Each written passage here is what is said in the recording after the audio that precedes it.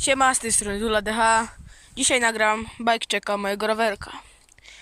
Obręcze DT Swissy czerwoniutkie, opony Schwabel przednia Toszto, amortyzator Fox 32 Talas RLC, tarcza to jest Magura Louis, hamulec też Magura Louis, hydrauliczny zacisk A2Z. Tak, kierownica XTX Supreme,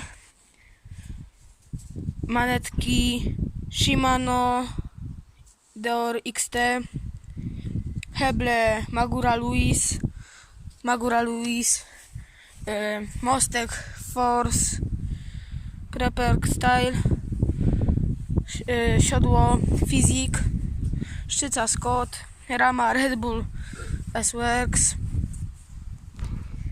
damper Manitou Swinger X4 Rear, chyba tak. Z tyłu Magura Louis DT Swiss.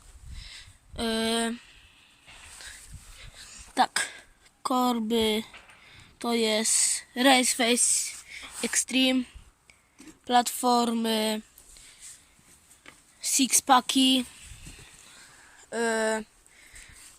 kaseta nie wiem, przerzutne sorki rowerku, przerzutka tylnia to jest Shimano Z, łańcuch nie wiem,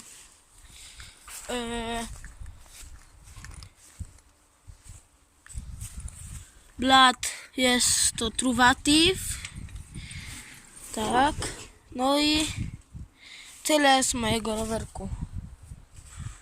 Także chociaż czekaj, co bym mógł tu jeszcze, race face'y tu są, Deus, tak, boż, i chyba tyle. Także do zobaczenia w następnym filmie. Elo.